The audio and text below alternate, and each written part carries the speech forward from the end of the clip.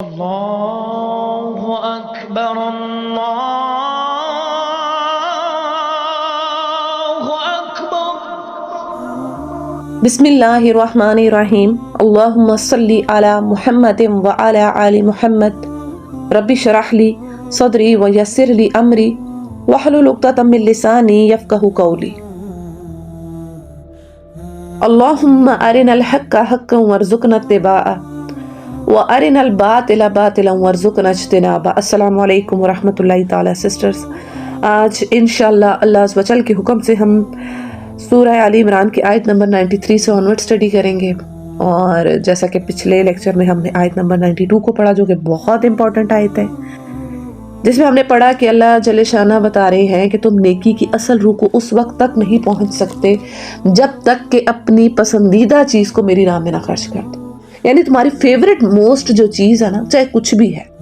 جب تک اس کو میری راہ میں نہ خرچ کر دو تب تک تم اصل نیکی کو نہیں پہنچ سکتے، تب تک تم اصل سکون، جسے کہتے ہیں نا، جس نیکی کو کر کے انسان کا دل جو ہے وہ سکون میں آ جاتا ہے، اطمینان میں آ جاتا ہے، تم وہ اطمینان اور سکون اچیو کر ہی نہیں سکتے جب تک کہ اپنی فیوریٹ چیز کو میری راہ میں نہ خرچ کر دو۔ تو آج جو ہے وہ ہم آیت نمبر 93 سے آنورڈ پڑھیں گے، اور آج کے جو ہم جو پڑھنے جا رہے ہیں اس کے جو مین ٹاپکس ہیں وہ یہ ہیں کہ علماء یہود رسول اللہ صلی اللہ علیہ وآلہ وسلم کے پاس آئے، مسند احمد کی روایت میں آتا ہے، اور آ کر انہوں نے جو ہے وہ اعتراض کیا کہ چند سوال انہوں نے رکھے، 4 سوال رکھے، جن میں سے ایک روایت میں آتا ہے 5 سوال تھے، جن میں سے ایک سوال یہ تھا کہ آپ صلی اللہ علیہ وآلہ وسلم خود کو دین ابراہیمی پر جو ہے وہ کلیم کرتے ہیں، آپ مسلمان جو ہیں وہ کہتے ہیں ہم دین ابراہیم پر ہیں، لیکن شریعت موسوی جو ہے، یعنی جو ہماری جو شریعت ہے، جو یہودی جو شریعت ہے، جس کے اوپر وہ عمل کرتے تھے، اس میں تو یہ ہے کہ اونٹنی کا جو دودھ ہے اور جو اونٹ کا گوشت ہے وہ حرام ہے، جبکہ آپ لوگ اس کو حلال کہتے ہیں۔ ٹھیک ہے، یہ انہوں نے کویشچن کیا۔ اس کے ساتھ ساتھ ایک اور بھی ان کا اعتراض تھا، وہ یہ کہ ہمارا قبلہ تو بیت المقدس ہے اور آپ لوگ تو خانہ کعبہ کی طرف منہ کر کے نماز پڑھتے ہیں، تو پھر آپ کیسے کہہ سکتے ہیں کہ آپ لوگ دین ابراہیم پر ہیں، یا آپ لوگ کے اندر یہ فرق کیوں ہے؟ بیسکلی بات یہ تھی۔ تو اس چیز کو اللہ جل شانہ نے جو ہے وہ کیٹیگوریکلی جو ہے وہ ان آیات میں جو آج ہم پڑھنے جا رہے ہیں انشاءاللہ ان میں ایڈریس کیا، اور اس چیز کو جو ہے وہ بالکل جیسے کہتے ہیں نا کلیریفائی کر دیا ہے کہ یہ تمہاری اپنی جو ہے وہ باتیں، اپنی من گھڑت جو ہے وہ چیزیں ہیں، اصل جو بات ہے وہ اللہ جل شانہ نے ان آیات میں جو ہے وہ بتا دی ہے۔ اور اس کے ساتھ ساتھ ہم حج کی فرضیت سے ریلیٹڈ بھی جو ہے وہ ہم پڑھیں گے۔ تو یہ ہمارے آج کے جو ہم نے پڑھنے جا رہے ہیں اس کے جو ہے وہ مین پوائنٹس ہیں۔ تو آئیے آج کا جو لیکچر ہے اس کو ہم باقاعدہ سٹارٹ کرتے ہیں۔ اعوذ باللہ من الشیطان الرجیم، بسم اللہ الرحمن الرحیم۔ کل الطعام، تمام قسم کے کھانے۔ اب اللہ جل شانہ جو ہے وہ یہودیوں کا جو اعتراض ہے، جو علماء یہود کا جو اعتراض ہے اس کا جو ہے وہ جواب دے رہے ہیں۔ کان حل لبنی اسرائیل، حلال تھے بنی اسرائیل کے لیے، تمام قسم کے کھانے ہیں۔ اللہ جل شانہ جو ہے وہ جواب دے رہے ہیں کہ ہر قسم کا کھانا جو ہے وہ بنی اسرائیل کے لیے حلال تھا، الا ما حرم اسرائیل علی نفسہ، سوائے اس کے کہ جو کہ اسرائیل نے اپنے اوپر خود جو ہے وہ حرام کر لیا۔ یہاں پر اسرائیل سے مراد حضرت یعقوب علیہ السلام ہے، ان کا لقب اسرائیل ہے، اور اسرائیل کا مطلب ہے اللہ کا بندہ، یعنی حضرت یعقوب علیہ السلام نے اپنے اوپر جس کھانے کو حرام کیا وہ انہوں نے اپنی اس پہ کیا۔ اصل میں واقعہ یہ ہوا کہ حضرت یعقوب علیہ السلام کو جو ہے وہ کوئی بیماری جو ہے وہ کوئی عارضہ ہوا، تو اس پر انہوں نے اللہ جل شانہ سے جو ہے وہ منت مانی کہ اے اللہ پاک، اگر تو مجھے صحت عطا کرتا ہے تو میں اپنی سب سے جو میری فیوریٹ جو چیز ہے اس کو میں، یعنی فیوریٹ جو غذا ہے اس کو چھوڑ دوں گا۔ تو اس پر انہوں نے جو ہے وہ اونٹ کا گوشت انہیں بہت جو ہے وہ پسند تھا، تو انہوں نے اس کو جو ہے وہ اپنے اوپر جو ہے وہ انہوں نے اس کو حرام کر دیا۔ اسی طرح شاید اونٹنی کا جو دودھ ہے اس کو بھی کیا ہو۔ تو اس سے کیا ہوا کہ حضرت یعقوب علیہ السلام نے جب اپنے اوپر اس کو جو ہے وہ حرام کیا، تو اس کے جو پچھلے پیروکار تھے انہوں نے اس چیز کو یہ سمجھا کہ یہ چیز فی نفسی ہی حرام ہے،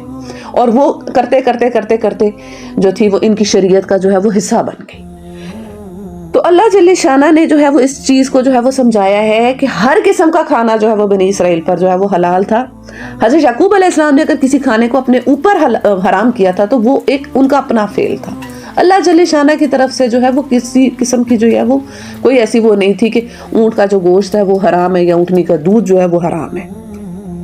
آیت کمپلیٹ کرتے ہیں، من قبل ان تنزل التوراۃ، تورات کے نازل ہونے سے پہلے، یعنی حضرت یعقوب علیہ السلام ہی سے ریلیٹڈ جو ہے وہ بات ہو رہی ہے کہ انہوں نے اپنے اوپر اس چیز کو جو ہے وہ حرام کیا تھا۔ آگے بیان ہو رہا ہے، قل فأتوا بالتوراۃ، کہو لے کر آؤ تورات، فَاتْلُوهَا، اور پڑھو اسے، ان کنتم صادقین، اگر تم سچے ہو۔ تو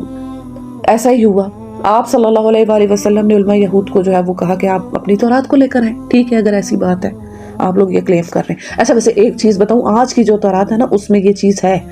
اس میں لکھا ہوا ہے کہ اونٹ کا جو گوشت ہے وہ حرام ہے، لیکن آپ صلی اللہ علیہ وآلہ وسلم کے دور میں جو تھے، اس ٹائم جو تھی تورات، اس میں یہ چیز نہیں تھی، کیونکہ یہ تو ٹیمپرڈ ہوتی رہی ہے نا، ان میں تو انہوں نے خود اپنی من مانی چیزیں ڈالتے رہے ہیں، تو ہو سکتا ہے بعد میں یہ چیز ڈال دی گئی ہو۔ تو آپ صلی اللہ علیہ وآلہ وسلم نے علماء یہود کو جب وہ کہا کہ آپ لوگ لے کر آئیں اپنی کتاب کو، کتاب لائے ان کے، تو ان کی کتاب میں کوئی حکم نہیں تھا اس طرح کا کہ جو اونٹ کے گوشت کی کوئی حرمت ہے یا اونٹنی کے دودھ کی کوئی حرمت ہے، تو اس پر جو ہے وہ ہو گئے، ان کے پاس کوئی وہ نہ بچا۔ تو اللہ جل شانہ جو ہے وہ بتا رہے ہیں کہ حضرت، اچھا ایک چیز یہاں پہ میں جو ہے وہ کلیئر کرنا چاہوں کہ دیکھیں، ہو سکتا ہے کہ حضرت یعقوب علیہ السلام کی جو شریعت تھی اس میں یہ چیز ہو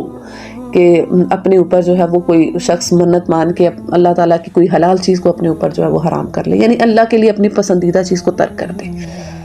ہماری شریعت میں یہ چیز نہیں ہے۔ سورہ تحریم میں جو نا اس چیز کو جو ہے نا بہت اچھے طریقے سے سمجھایا اللہ پاک نے کہ اے نبی، آپ نے اپنے اوپر حلال چیز کو کیوں حرام کر لیا؟ آپ صلی اللہ علیہ وآلہ وسلم نے ازواج مطہرات کے اس میں کہنے پر آ کر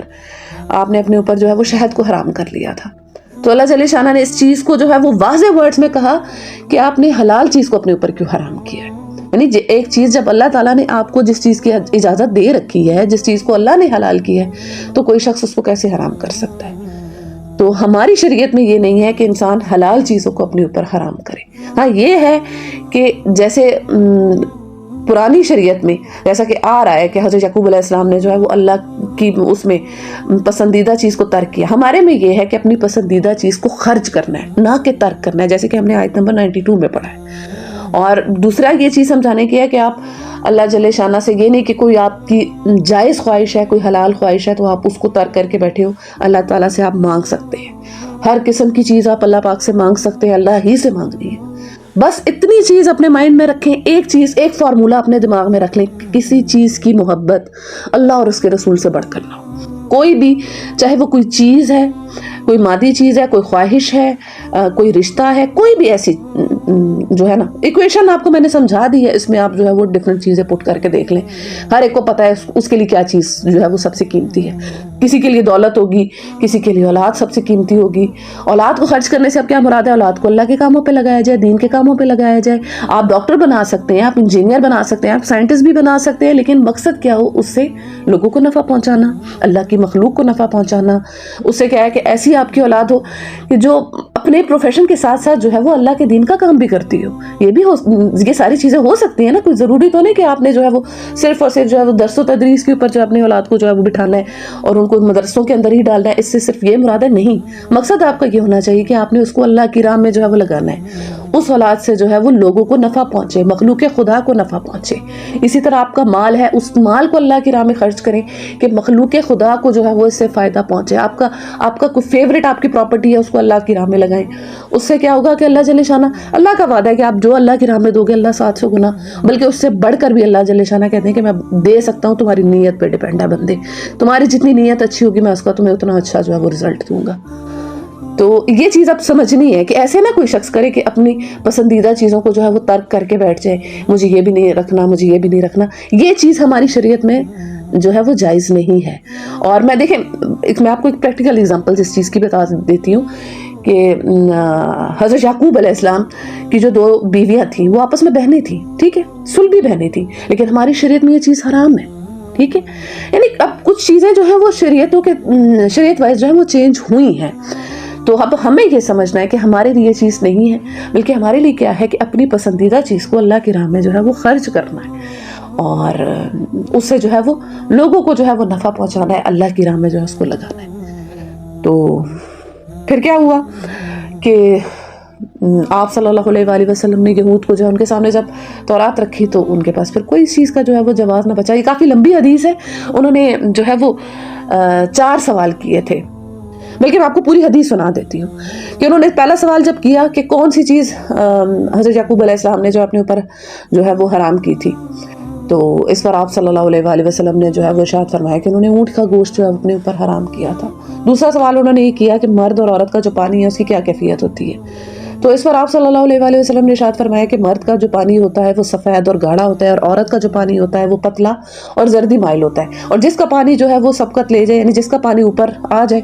تو اولاد جو ہے وہ اسی پر جو ہے وہ جاتی ہے. اور جو تیسرا سوال تھا کہ نبی امی کی نیند کیسی ہوگی, تو اس پر آپ صلی اللہ علیہ وسلم نے ارشاد فرمایا کہ ان کی آنکھیں سوئیں گی لیکن ان کا دل جو ہے وہ جاگتا ہوگا, یعنی وہ نیند میں بھی جو ہے وہ نا وہ ان کا دل جو ہے وہ اللہ تعالیٰ کے ساتھ جو ہے وہ جڑا ہوا ہوگا. اور جو چوتھا سوال تھا کہ کون سا فرشتہ وحی لے کر آتا ہے, تو اس پر آپ صلی اللہ علیہ وسلم نے ارشاد فرمایا کہ جبرائیل جو ہے وہ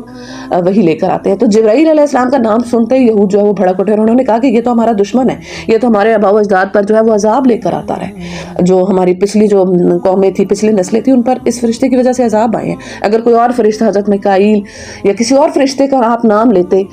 تو ہم مان لیتے, اس فرشتے کے اوپر تو ہم نہیں مانتے. تو پھر وہ قرآن میں پھر آیات بھی آئی ہیں, من کان عدوا لجبریل, جو کوئی جبرائیل کا دشمن ہے تو جان لے کہ اللہ بھی اس کا دشمن ہے, اس کی اللہ سے دشمنی ہے. یعنی جس نے اللہ کے کسی ولی سے دشمنی کی اس کی اللہ کے ساتھ دشمنی ہے. ٹھیک ہے,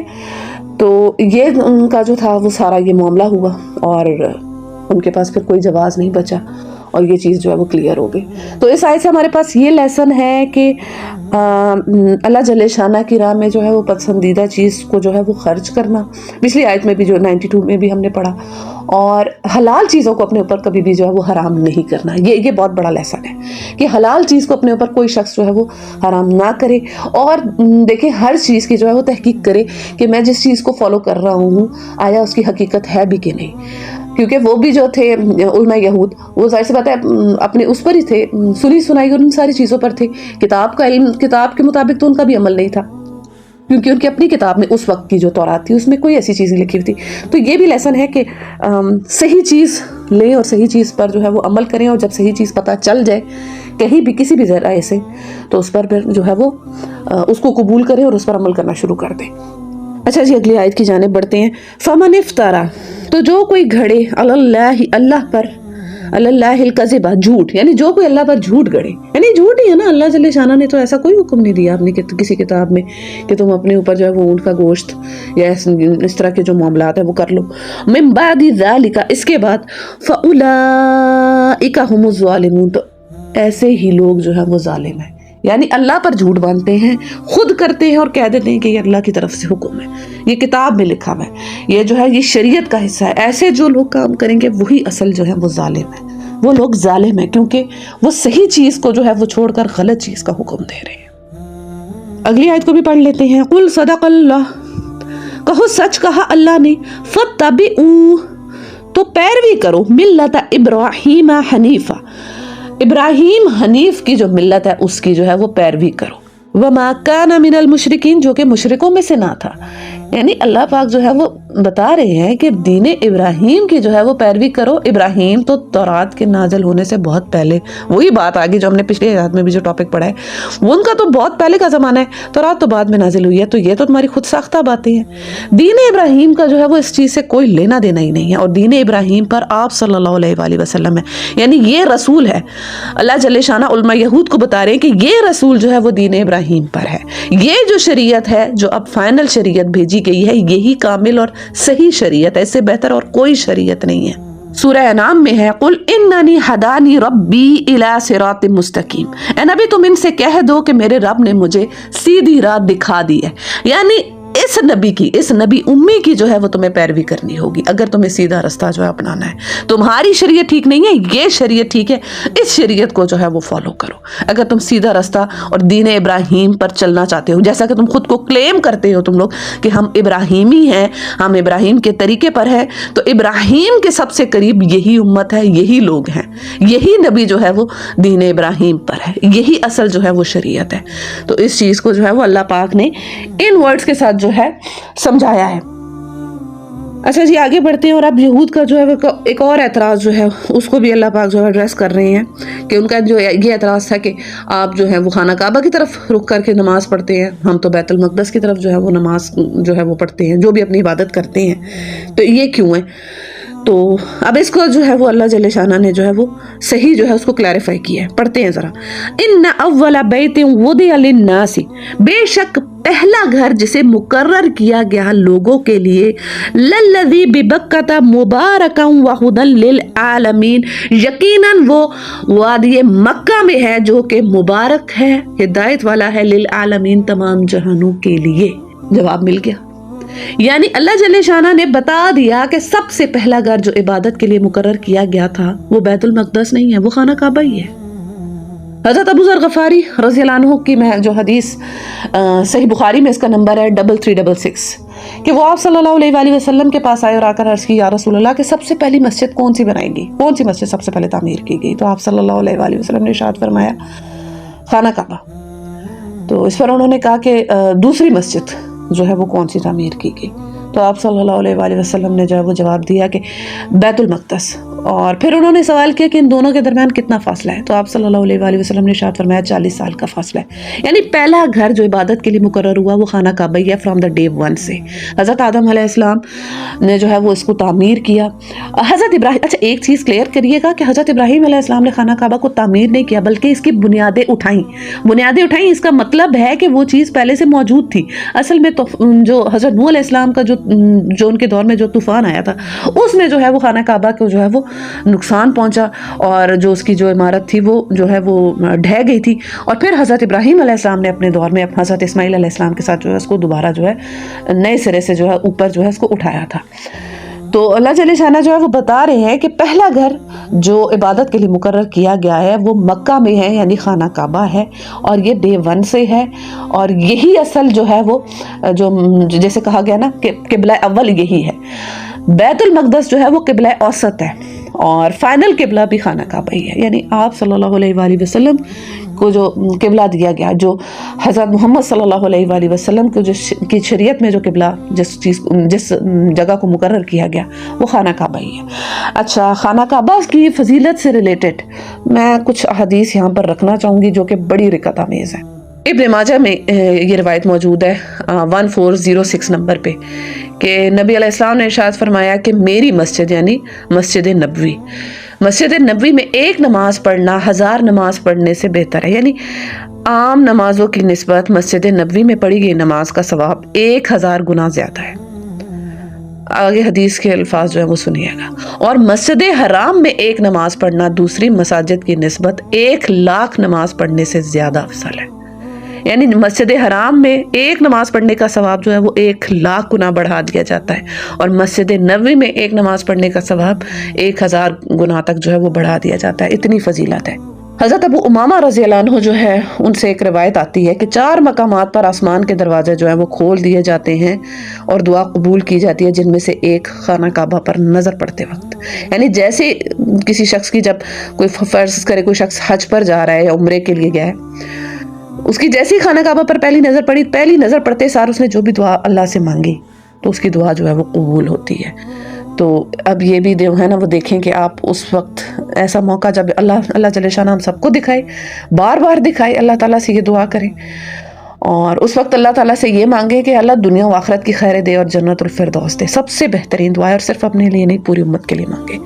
ہمیشہ اپنی دعاؤں کا جو دائرہ وہ بڑا رکھے۔ تو یہ جو ہے کہ اللہ جل شانہ نے جو ہے وہ بتایا کہ یہ جو اصل جو ہے سب سے پہلا جو عبادت کے لیے جو گھر ہے وہ خانہ کعبہ ہی ہے۔ اچھا، اس آیت میں جو ورڈ آ رہا ہے نا بکہ، تو یہ مکہ شہر کا پرانا نام ہے، اور اس کا مطلب ہے ہجوم یا رش والی جگہ، کیونکہ حج تو یہاں پر اسلام آنے سے پہلے بھی لوگ پڑھتے تھے، خانہ کعبہ کے اندر ان کے اپنے اپنے جو قبائل کے جو بت ہوتے تھے وہ پڑے ہوتے تھے، اور سارا اپنا جو حج کی وہ ایکٹیویٹی اپنے طریقے سے جو ان کا حج تھا اس پر وہ کرتے، کیونکہ وہ خود کو دین ابراہیمی پر جو ہے وہ کلیم کرتے، حضرت ابراہیم علیہ السلام سے اپنی نسبت جوڑتے تھے۔ تو یہ جگہ شروع دن سے جو ہے یہاں پر جو ہے وہ رش ہوتا تھا، اور اس کو جو ہے وہ حرمت والا جو ہے وہ کہا جاتا تھا۔ تو بکہ جو ہے وہ مکہ کا پرانا نام ہے۔ اس کی پریکٹیکل اگزامپل آپ اگر آج کی ڈیٹ میں دیکھنا چاہیں گے تو جیسے انڈیا کا شہر ہے نا بامبے، اس کا نام مومبئی بھی ہے، میم سے بھی اس کو پڑھتے ہیں، بے سے بھی پڑھتے ہیں. تو یہ اس کی جو ہے وہ پریکٹیکل ایگزامپل بھی ہمارے سامنے ہے. تو کوئی اس سے نہ یہ کہے کہ بکہ کوئی اور جگہ ہے اور مکہ کوئی اور جگہ نہیں، مکہ ہی کا پرانا نام بکہ ہے. اسی طرح مکہ کے اور بھی کئی سے نام ہیں، مثال کے طور پہ بیت العتیق، بیت الحرام، بلد الامین سورہ بلد میں جو ہم پڑھتے ہیں، بلد المامون، ام القریٰ، ام رحم. تو مختلف ناموں سے اللہ جل شانہ نے جو ہے وہ اس شہر کو جو ہے وہ عطا کیے ہیں، اور یہ مبارک ہے، برکت والا ہے، ہدایت والا ہے تمام جہان والوں کے لیے. اللہ جل شانہ نے اس کو جو ہے وہ چنا اپنا جو ہے وہ اپنا قبلہ،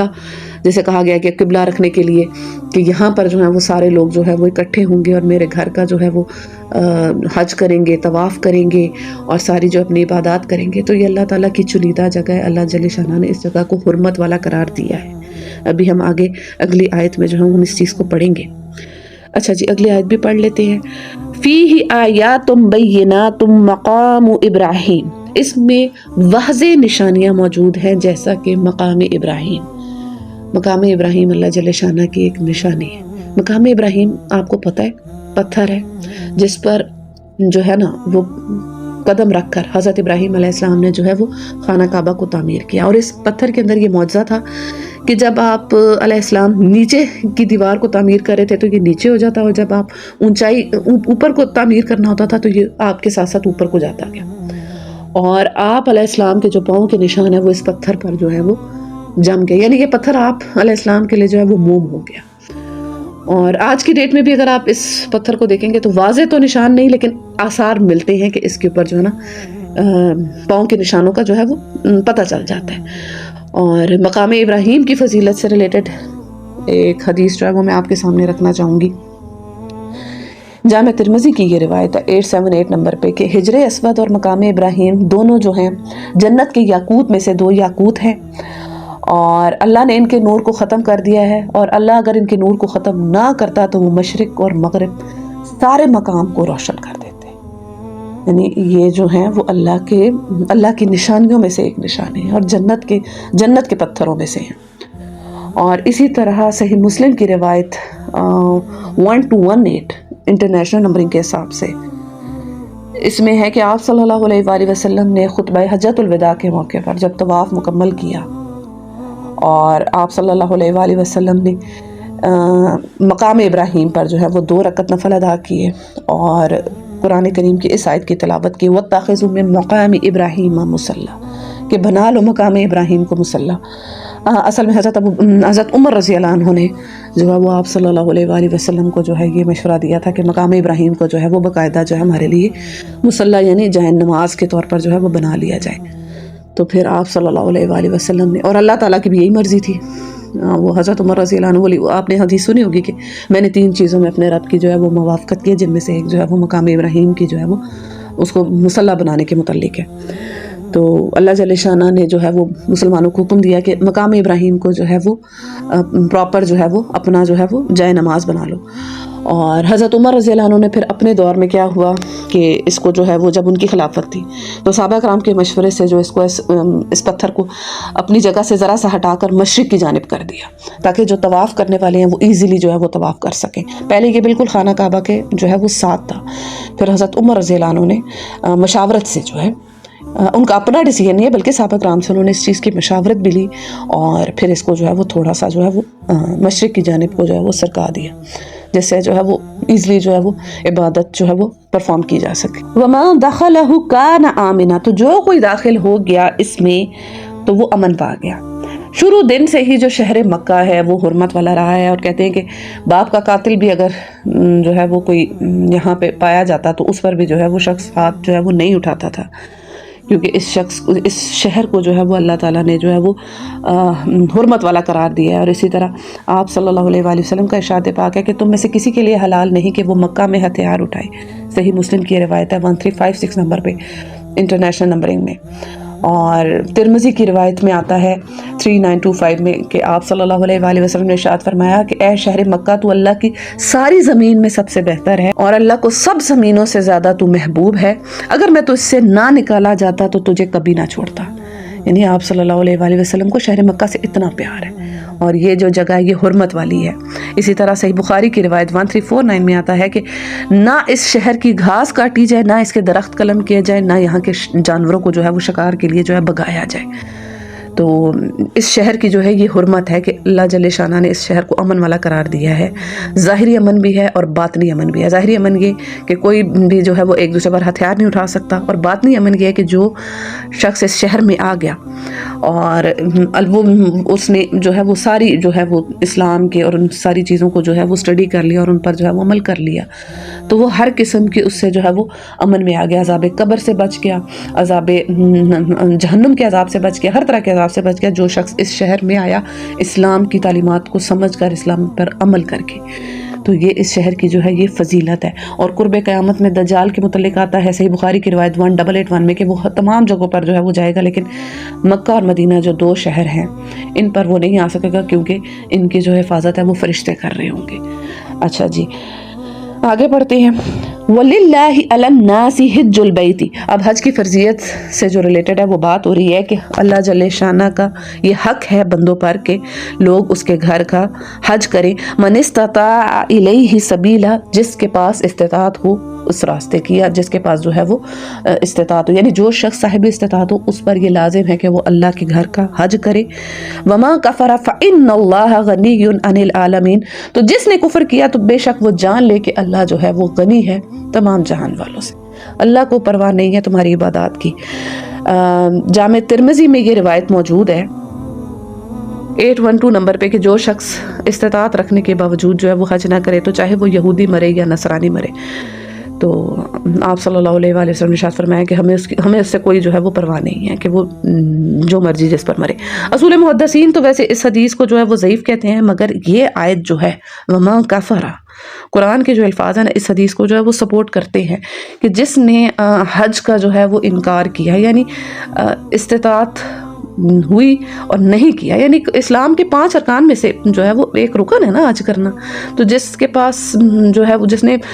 استطاعت بھی تھی، سب کچھ تھا، یعنی بدنی استطاعت بھی تھی، مالی استطاعت بھی تھی، عاقل بھی تھا، سب کچھ تھا، زیادہ راہ تھا اس کے پاس، سفر کا سارا خرچ تھا، تو اس نے پھر بھی حج اگر نہیں کیا تو بے شک اس نے جو ہے وہ کفر کیا ہے، اس نے جو ہے وہ اللہ جل شانہ کا جو ہے وہ حق نہیں ادا کیا۔ اللہ تعالیٰ سے دعا ہے کہ اللہ تعالیٰ ہم سب کو جو ہے وہ حج کا جو فریضہ ہے وہ ادا کرنے کی توفیق عطا فرمائے، اور اللہ تعالیٰ ہمیں حج مبرور کرنے کی توفیق عطا فرمائے۔ حج مبرور وہ حج ہے جو کہ نیکیوں سے بھرا ہوا ہو اور جس کے بعد انسان کی زندگی جو ہے وہ مکمل طور پر تبدیل ہو جائے۔ تو اللہ جل شانہ بتا رہے ہیں کہ اللہ کا بندوں پر یہ حق ہے کہ لوگ اس کے گھر کا حج کریں جس کے پاس استطاعت ہو۔ اچھا، یہ چیز میک شور کریں کہ صاحب استطاعت پر حج فرض ہے۔ اب یہ نہیں کہ کوئی شخص قرضہ لے لے اور اس کو بھی لگے کہ میں قرضہ واپس بھی نہیں کر سکوں گا، تو ایسا شخص جو ہے اس پہ حج فرض نہیں ہے۔ اور اسی طرح ایک اور کیس یہ ہے کہ کوئی شخص اگر جا رہا ہے حج پر اور پیچھے اس کی فیملی جو ہے وہ اگر ان کے پاس جو ہے وہ ان کی ضرورت کا مال اور سامان نہیں ہے تو ایسے شخص کو بھی جو ہے وہ حج پر نہیں جانا چاہیے۔ یعنی آپ حج پر جائیں، آپ کے پچھلے جو ہیں وہ بھی ان کی جو ضروریات ہیں وہ بھی پوری ہوئی ہوئی ہوں، ان کو جو ہے وہ ان کی بیسک نیڈس بھی پوری ہوئی ہوئی ہوں، تو پھر آپ حج پر جا رہے ہو تو ٹھیک ہے۔ ادروائز آپ پر جو ہے وہ حج جو ہے وہ فرض نہیں ہوتا کہ آپ کسی سے قرضے لے لیں۔ ہاں، اگر آپ کو لگے کہ قرضہ میں واپس کر سکتا ہوں پھر آپ جو ہے وہ کر سکتے ہیں، ادروائز کوئی ایسا قرضہ اٹھا لیں کہ جس کو آپ کو لگے کہ واپس بھی نہیں ہوگا تو ایسی صورت میں جو ہے وہ حج جو آپ پر ہے جو ہے وہ کرنا فرض نہیں ہے۔ اور جو پھر اللہ جل شانہ ارشاد فرما رہے ہیں فَإِنَّ اللَّهَ غَنِيٌّ عَنِ الْعَالَمِينَ، کہ بے شک اللہ جو ہے وہ غنی ہے تمام جہان والوں سے، کہ اللہ کو بندے کی عبادت کی کوئی غرض نہیں ہے۔ ہم نماز پڑھتے ہیں، ہم سمجھتے ہیں ہم اللہ پر احسان کر رہے ہیں۔ اب جو بات میں آپ کو سمجھانے لگی ہوں نا بہت امپورٹنٹ ہے، اس کو غور سے سمجھیے گا کہ ہم کوئی ذرا سا بھی نیکی کرتے ہیں، ہم سمجھتے ہیں ہم نے اللہ کے اوپر جو ہے کوئی بہت بڑا احسان کر دیا۔ اصل میں ہم اپنے اوپر احسان کرتے ہیں، ہم اپنے اوپر نیکی کرتے ہیں، اللہ کا ہم کچھ بھی نہیں وہ جو ہے وہ کر رہے ہوتے۔ میں آپ کو صحیح مسلم کی روایت سناتی ہوں 2577 نمبر پہ انٹرنیشنل نمبرنگ کے حساب سے، اور اسی کے ساتھ آج کا جو لیکچر اس کو ہم جو ہے کنکلوڈ بھی کر دیں گے۔ حدیث قدسی ہے کہ اللہ جل شانہ ارشاد فرماتا ہے میرے بندو، میں نے ظلم کرنا اپنے اوپر حرام کیا ہے، اس لیے اس کو میں تمہارے اوپر بھی حرام کرتا ہوں، اس لیے تم آپس میں ایک دوسرے پر ظلم نہ کرو۔ اب آپ لوگ حدیث کے الفاظ سنتے جائیے گا، ٹھیک ہے؟ پھر آگے ارشاد ہوتا ہے کہ اے میرے بندو، تم سب گمراہ ہو سوائے اس کے کہ جس کو میں ہدایت دے دوں، اس لیے تم مجھے سے ہدایت مانگو، میں تمہیں ہدایت دوں گا۔ یعنی سارے گمراہ ہو سوائے اس کے کہ جس کو میں راستہ دکھا دوں۔ تو بندوں مجھ سے ہدایت مانگو، میں تمہیں دکھاؤں گا، میں تمہیں سیدھا راہ دوں گا۔ میرے بندوں تم سب کے سب بھوکے ہو سوائے اس کے کہ جس کو میں کھلاؤں، اس لیے تم مجھ ہی سے کھانا مانگو، میں تمہیں دوں گا۔ پھر آگے ارشاد ہوتا ہے میرے بندوں تم سب کے سب ننگے ہو سوائے اس کے کہ جس کو میں لباس پہناؤں، اس لیے تم مجھ ہی سے لباس مانگو، میں تمہیں لباس دوں گا۔ پھر آگے ارشاد ہوتا ہے میرے بندوں تم سب کے سب گناہ کرتے ہو، دن رات گناہ کرتے ہو، میں ہی تمہیں معاف کرتا ہوں، اسی لیے تم مجھ ہی سے معافی مانگو، میں تمہیں معاف کروں گا۔ پھر آگے آتا ہے کہ میرے بندو اگر تم مجھے نقصان پہنچانا چاہو تو تم مجھے نقصان نہیں پہنچا سکتے، اور اگر تم مجھے فائدہ دینا چاہو تو مجھے فائدہ بھی نہیں دے سکتے۔ پھر حدیث کے آگے الفاظ ہیں، آپ لوگ حدیث سنتے جائیں۔ آگے اللہ جل شانہ ارشاد فرماتے ہیں میرے بندو تمہارے پہلے والے تمہارے بعد والے تمام جن و انس ایک فاجر شخص کی مانند ہو جائیں، فاجر شخص کے دل کی مانند ہو جائیں تو میری بادشاہی میں جو ہے وہ کوئی کمی نہیں آئے گی۔ میں آپ کو اس کا مطلب ابھی سمجھاتی ہوں۔ اور اسی طرح اگر تمہارے پہلے والے اور تمہارے بعد والے تمام جن و انس ایک متقی شخص کی مانند ہو جائیں تب بھی میری بادشاہت میں کوئی جو ہے وہ کمی نہیں آئے گی، یعنی سارے کے سارے بندے تمام مخلوقات جو ہیں وہ نیک ہو جائیں، سارے کے سارے اسلام پر آ جائیں، جتنے کافر ہیں، جتنے یہودی ہیں، جتنے عیسائی ہیں، سب کے سب اگر مسلمان ہو جائیں تو بھی مجھے میری بادشاہت میں کوئی فرق نہیں پڑتا، مجھے کوئی جو ہے وہ اس چیز کی جو ہے پرواہ نہیں ہے۔ اور سارے کے سارے بندے کافر ہو جائیں، سب کے سب میرا انکار کریں اور میرا کفر کریں، میری بادشاہت میں ذرا بھی کمی نہیں آنے والی۔ بہت بڑی بات ہے۔ اور پھر آگے حدیث کے الفاظ ہیں کہ تمہارے پہلے والے تمہارے بعد والے تمام جن و انس ایک جگہ جمع ہو کر اکٹھے مجھ سے مانگے میں سب کو دے دوں تب بھی میرے خزانوں میں اتنی کمی بھی واقع نہیں ہوگی جتنی سوئی کو سمندر میں ڈال کر باہر نکال لیا جائے، اتنی بھی کمی میرے خزانوں میں جو ہے وہ نہیں آئے گی کہ اگر تم سارے مل کر ایک جگہ جمع ہو جاؤ اور سارے مجھ سے مانگو، اکٹھے مانگو، میں اکٹھے تم سب کو دوں گا، لیکن پھر بھی میرے خزانوں میں کوئی کمی نہیں آنے والی۔ اور اس حدیث کے جو راوی ہیں ابو ادریس خولانی، جنہوں نے حضرت ابو ذر غفاری رضی اللہ عنہ سے اس حدیث کو سنا، تو ان کے متعلق جو ہے وہ آتا ہے کہ جب وہ اس حدیث کو بیان کرتے تھے تو وہ بیٹھ جاتے تھے، اپنے گھٹنوں کے بل جو ہے وہ بیٹھ جاتے تھے۔ واقعی یہ حدیث پڑھ کے نا انسان کہتا ہے کہ وہ کس قدر جو ہے وہ اللہ جل شانہ کو بندے کی جو ہے وہ کوئی وہ ضرورت نہیں ہے عبادت کی اور کسی چیز کی۔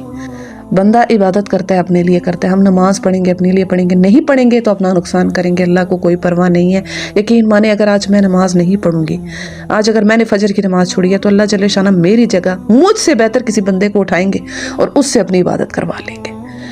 ہر انسان یہ سوچے کہ میں نے اگر عبادت کی ہے تو اپنے اوپر ہی رحم کیا، اپنے اوپر ہی جو ہے وہ اپنے آپ کو جو ہے وہ بچایا، میں نے اپنے رب کا جو ہے وہ کوئی احسان نہیں کیا، کوئی اپنے رب کو فائدہ نہیں دیا، کیونکہ اللہ پاک کہہ رہا ہے نہ تم مجھے فائدہ دے سکتے ہو نہ نقصان دے سکتے ہو، سب بھوکے ہو میں کھلاتا ہوں، سب ننگے ہو میں لباس پہناتا ہوں، سب گمراہ ہو جیسے میں ہدایت دے دوں۔ تو ہر چیز اللہ سے مانگے، بندوں سے بے نیاز ہو جائیں، بندے کچھ نہیں دے سکتے، اور ہر وقت اپنے رب کے جو ہے وہ شکر گزار ہو کر رہے۔ یہی آج کا جو لیسن ہے، یہیں پر جو ہے وہ اس چیز کو میں اینڈ کروں گی کہ اپنے رب کو پہچانیں، اپنے رب کا شکر ادا کریں، اللہ تعالیٰ کی نعمتوں کا شکر ادا کریں، اپنی جو صلاحیتیں ہیں ان کو اللہ کی راہ میں لگائیں، ان سے اللہ کے دین کو فائدہ پہنچائیں، اور جتنا ہو سکے اس حدیث کو جو ہے نا یقین مانیں۔ میں نے جب یہ حدیث پڑھی تو میرے بھی رونگٹے کھڑے ہو گئے کہ اتنا مطلب انسان جو ہے وہ کیا سمجھ رہا ہوتا ہے کہ میں نے ذرا سا کوئی اچھا عمل کیا تو پتہ نہیں اپنے آپ کو کیا سمجھتا ہے، لیکن اللہ جل شانہ بتا رہے ہیں کہ مجھے میری بادشاہت میں کوئی کمی نہیں آتی۔